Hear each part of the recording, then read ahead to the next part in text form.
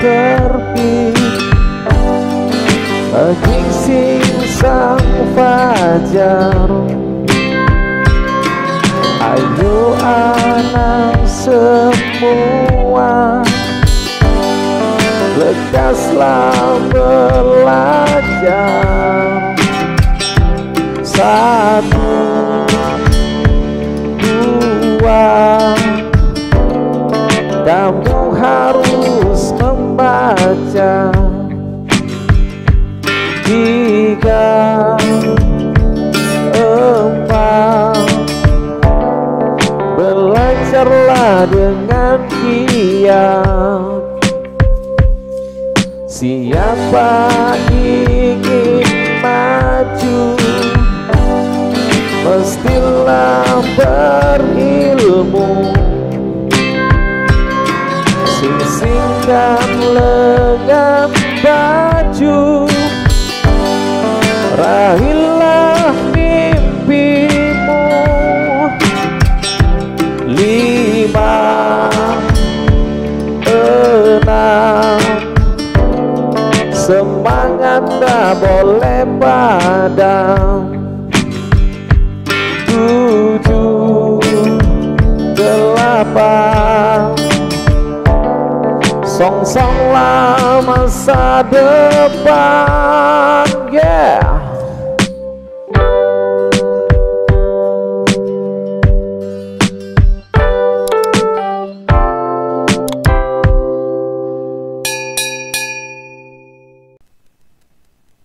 Assalamualaikum warahmatullahi wabarakatuh. Siswa sekalian, ketemu lagi dengan saya Pak Peri dalam program Matematika Sunnah. Matematika sederhana, unik, dan indah. Kita masih membahas tentang materi bangun ruang sisi datar. Dan untuk saat ini temanya menentukan luas permukaan prisma. Siswa sekalian, mengingatkan kembali bahwa yang dinamakan prisma itu adalah bangun ruang yang dibatasi atau dibentuk oleh dua buah sisi yang sejajar dan kongruen. Biasanya ini yang dinamakan alas dan atas atau tutupnya, serta sisi tegak yang berbentuk persegi panjang atau jejar genjang. Sisi tegaknya itu istilah lainnya adalah selimut prisma. Nah, contoh benda sehari-hari yang mungkin kita jumpai berbentuk prisma adalah seperti ini. Ada tenda, ada kemasan, ada juga konblok, dan lain sebagainya. Sekali lagi ciri khasnya, ada dua buah sisi yang sejajar dan kongruen, yang merupakan alas dan tutupnya. Seperti kemasan ini dinamakan prisma tegak segi 6 beraturan, karena alasnya berbentuk segi 6 beraturan. Sama dengan konblok ini. Nah, tenda ini juga merupakan prisma. Bagian depan dan belakangnya berbentuk segi 5 yang kongruen. Siswa sekalian, pada kesempatan ini kita akan menentukan luas permukaan prisma. Menghitung luas sebuah bangun ruang itu artinya kita harus menghitung luas tiap-tiap sisi yang membentuk bangun ruang tersebut. Coba kita perhatikan yang berikut ini.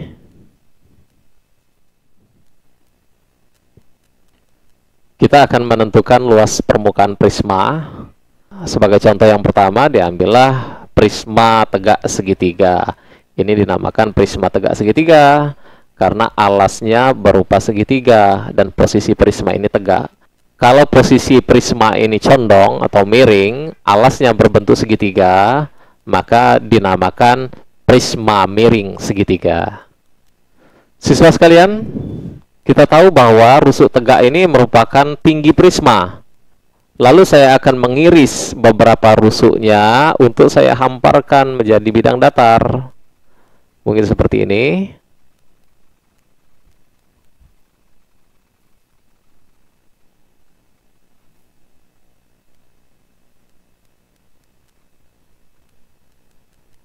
Jadi prisma tersebut terdiri dari 6 buah bidang, ada yang berbentuk segitiga, yang berwarna biru, yang merupakan alas dan tutupnya tentu saja luasnya sama karena kongruen, dan ada segi 4 yang merupakan sisi tegak atau selimut prisma tersebut. Misalkan ini sisi yang pertama, ini sisi yang kedua, sisi yang ketiga, lalu keempat dan kelima. Saya tandai terlebih dahulu. Jadi tinggi prisma itu kita simbolkan dengan T. Rusuk ini merupakan rusuk tegak dari prisma tadi. Kita simbolkan dengan T. Demikian juga yang ini. Karena rusuk ini berhimpit. Ini juga tinggi prisma. Lalu misalkan panjang rusuk alas ini C, yang ini B, dan yang ini A. Maka luas prisma tadi tentu saja sama dengan luas bidang ini. Mulai dari bidang yang pertama sampai dengan bidang yang kelima. Itulah luasnya. Lalu ingat bahwa bidang yang berwarna biru ini kongruen. Ini artinya bahwa luas yang pertama sama dengan luas yang ketiga. Sama saja dengan luas alas prisma tadi. Lalu luas yang berwarna hijau, luas yang kelima ini adalah C kali T karena berbentuk segi 4 persegi panjang. Yang berwarna kuning B kali T, dan yang berwarna pink bidang yang kedua A dikalikan T. Dengan demikian dapat kita nyatakan sama dengan 2 kali luas alas, satu dengan yang ketiga ini kan sama, berarti ada 2. Ditambah yang kedua adalah A dikalikan T yang berwarna pink, yang keempat B dikalikan T, dan yang kelima C dikalikan T. Bentuk aljabar AT ditambah BT ditambah CT ini dapat difaktorkan menjadi A ditambah B ditambah C dikalikan T.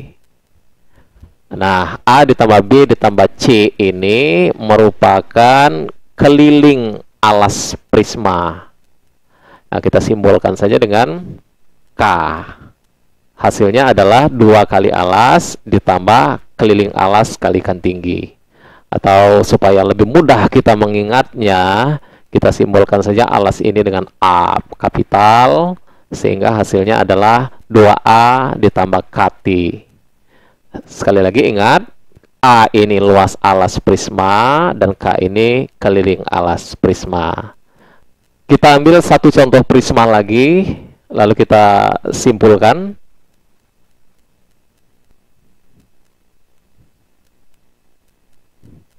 Nah, ini diberikan prisma tegak trapesium karena alasnya berupa trapesium. Ini alasnya berupa trapesium. Maka prisma ini dinamakan prisma tegak trapesium karena posisinya tegak dan alasnya berbentuk trapesium. Saya akan mengiris beberapa rusuk prisma ini lalu dihamparkan menjadi bidang datar atau istilah lainnya jaring-jaring. Misalkan posisinya seperti ini.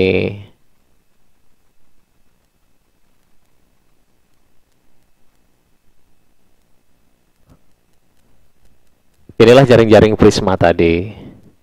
Ada 6 buah sisi, di mana sisi alas dan tutupnya yang berwarna hijau ini kongruen. Lalu sisi yang lain berbentuk persegi panjang. Kita tandai dulu, misalkan ini sisi yang pertama, ini kedua, ini ketiga, dan seterusnya. Rusuk ini merupakan tinggi prisma yang berhimpit dengan rusuk yang ini. Demikian juga, ini juga merupakan tinggi prisma karena berhimpit dengan rusuk yang ini. Dan yang ini juga merupakan tinggi prisma. Lalu kita misalkan keliling alasnya, dalam hal ini bidang yang ketiga yang berwarna hijau, misalkan panjang garis ini A, B, yang ini C, dan ini D.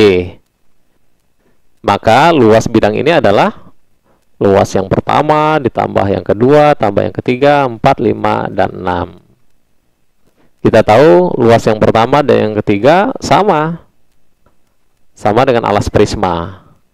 Kalau sisi yang berwarna pink yang kedua, ini adalah alas kali tinggi, persegi panjang. Yang keempat, B kali T. Yang kelima, C kali T. Yang keenam, D kali T. Nah, bentuk aljabar ini dapat difaktorkan. AT tambah BT tambah CT tambah DT sama saja dengan A ditambah B tambah C tambah D dikalikan T. Ini merupakan keliling prisma. Dengan demikian dapat kita nyatakan Luasnya sama dengan 2 alas, 2 kali luas alas ditambah KT. Ini K ini adalah keliling dikalikan tinggi. Nah, alas ini kita simbolkan saja dengan A untuk mudah kita mengingatnya. Sama saja dengan 2A ditambah KT. Sama seperti yang pertama tadi. Artinya dapat kita simpulkan secara umum bahwa luas prisma itu sama dengan 2 kali luas alas ditambah keliling alas kali tinggi.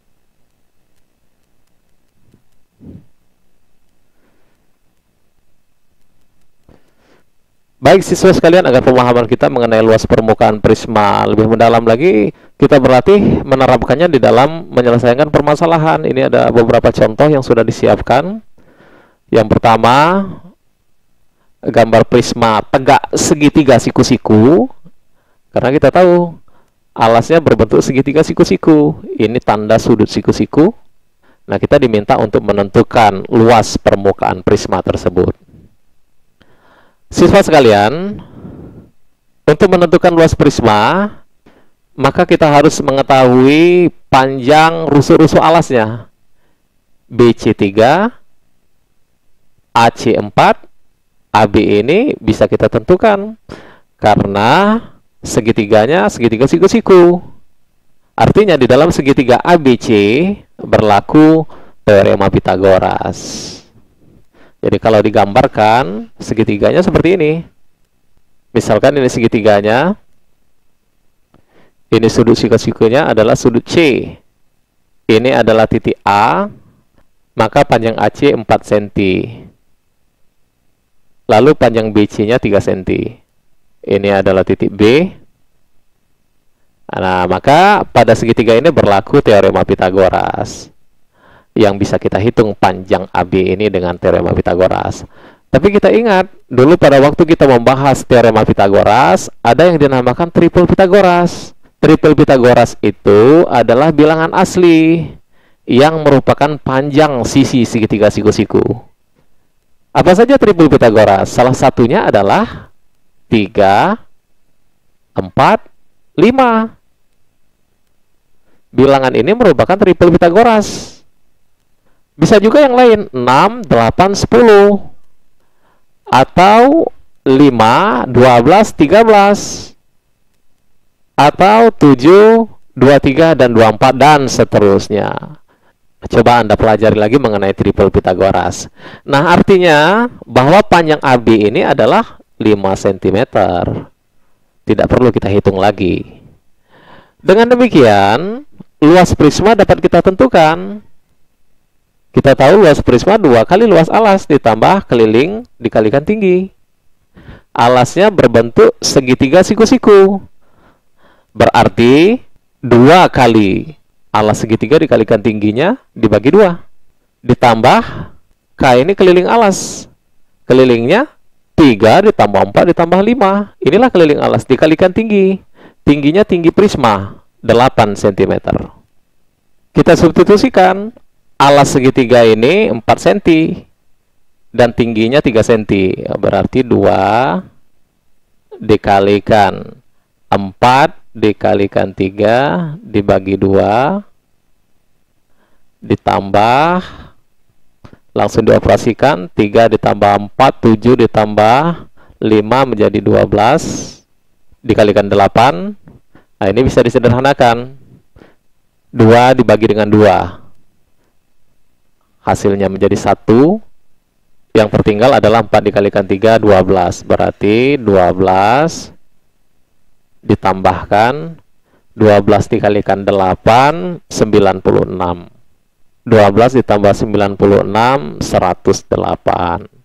Dengan demikian dapat kita simpulkan luas prisma tersebut adalah 108 cm persegi. Kita lanjutkan contoh yang berikutnya. Diketahui luas permukaan prisma segi 4 adalah 256 cm persegi. Alas prisma tersebut berbentuk persegi panjang dengan ukuran panjang 5 cm dan lebar 4 cm. Tentukan tinggi prisma tersebut. Yang diminta adalah tinggi prisma. Jadi kita tahu bahwa luas prisma 2 kali luas alas ditambah keliling alas kali tinggi. Luas prisma tersebut 256 sama dengan 2 kali alasnya berbentuk persegi panjang. Kalau persegi panjang, panjang kali lebar. Panjangnya misalkan P, lebarnya adalah L. Ditambah keliling alas. Alasnya berbentuk persegi panjang, kelilingnya adalah 2 kali panjang tambah 2 kali lebar. Dikalikan tinggi prisma.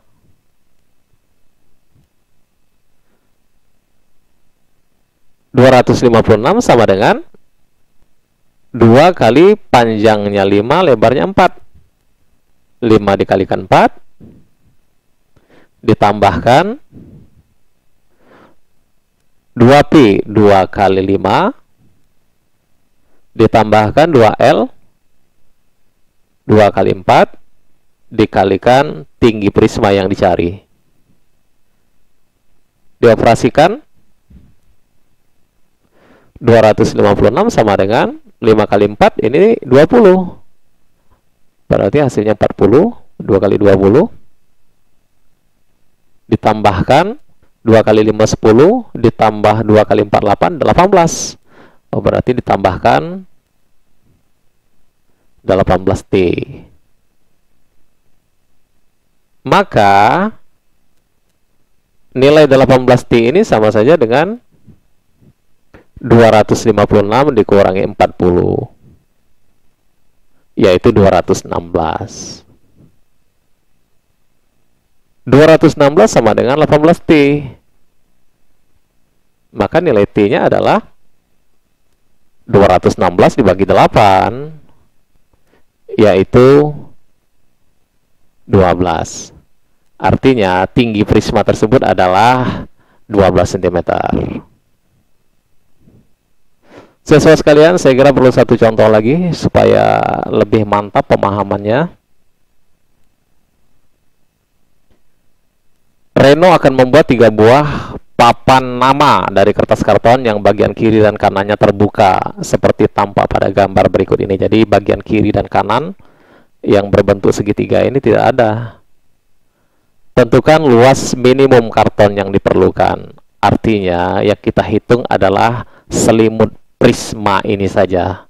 Prismanya adalah prisma tegak segitiga siku-siku, karena ini simbol sudut siku-siku, artinya segitiga ini adalah segitiga siku-siku. Coba kita selesaikan. Kalau untuk menghitung luas prisma yang utuh adalah 2 kali luas alas ditambahkan keliling alas dikali tinggi. Nah, alas dan tutupnya tidak ada. Artinya yang kita hitung hanya selimut prisma tersebut. Luas selimut prisma adalah keliling alas dikalikan tinggi. Hanya sisi tegaknya saja kan. Tinggal kita hitung.